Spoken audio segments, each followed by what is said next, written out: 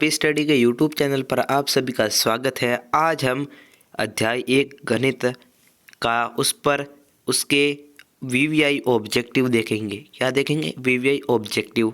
तो चलिए शुरू करते हैं। वास्तविक संख्या है। पहला ही प्रश्न है कि इसका सरलतम रूप क्या है। 1095 में 1168 का भाग दोगे तो इसका सरलतम रूप क्या? हमने ये आंसर की आगे रख लिए तो इसका होगा 15/25। ये होगा कैसे वो देखते हैं। 1095 और 1168, इनमें आप 3 के भाग दो, फिर जो मिलता है 18। देखो यहाँ ऊपर 10 में 3 का भाग दोगे तो 3 बार जाएगा।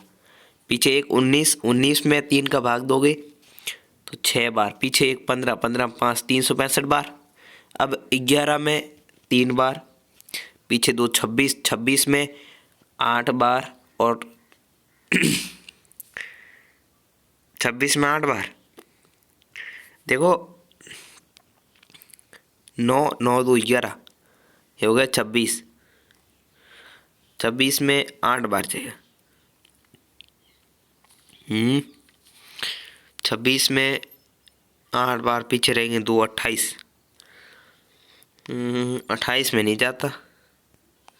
फिर जो भी इसका सिंपलीफिकेशन 15/26 हो गया। ये प्रश्न अपने ज़्यादा काम का है नहीं।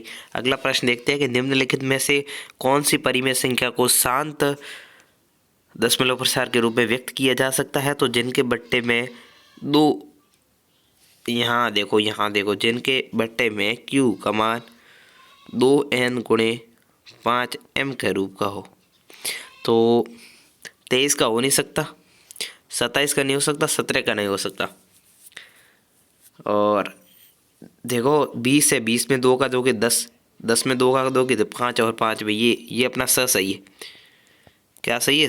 मैंने आंसर पे ध्यान ही नहीं दिया। वह बड़ी से बड़ी संख्या ज्ञात कीजिए जिसमें 245 तथा 1029 का भाग देने पे क्रमशः 5 शेष बचे हो। तो वह बड़ी से बड़ी संख्या जिससे 245 में, तो वह है 5। 225 को निम्न रूप में व्यक्त किया जा सकता है।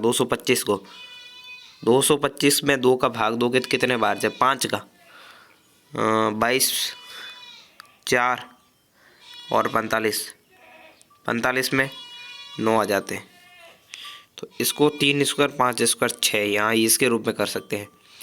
2.35 के ऊपर बार है। ये एक कैसी संख्या है? तो ये एक परिमेय संख्या क्यों है? तो ये बार संख्या मतलब ये है तो परिमेय, पर कैसी है? अनवसानीय अनावर्तीय, बार बार आएगी। 144 और 172 का महत्तम समापवर्तक है वो है 4। ठीक है। दो संख्याओं का महत्तम 27 तथा लसब 162। तो संख्याओं का 154 है तो दूसरी संख्या क्या होगी? इसको देखो एक तरीके से आता है। इस 27, एक तो इस पेन का रंग अलग ले लो। दो संख्याओं का मसब 27 और लसब, मसब 27 गुणे 162 बराबर 54 गुणे b। अब इसको सिंपलीफिकेशन कर दो, आंसर मिलेगा 81। ठीक है। अगला प्रश्न है कि संख्या 7 का 7/2 की पावर 5 गुणे 5 की पावर 2 का दशमलव प्रसार कितने स्थानों के बाद शांत होगा? ये कैसा प्रश्न है? कितने स्थानों के बाद शांत होगा? यही तो सही है। इसका आंसर 5। एक अभाज्य संख्या के कुल कितने गुणनखंड संभव है? अभाज्य संख्या के एक तो वह स्वयं होता है और एक होता है,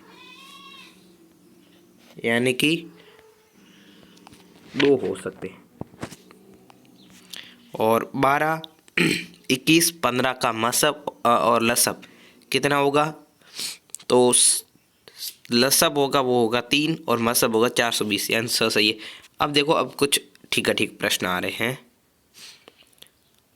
अब इस प्रश्न में निम्नलिखित संख्याओं का अभाज्य गुणनखंड के रूप में व्यक्त कीजिए। तो ये रहा गुणनखंड 140, एक का एक और एक का एक,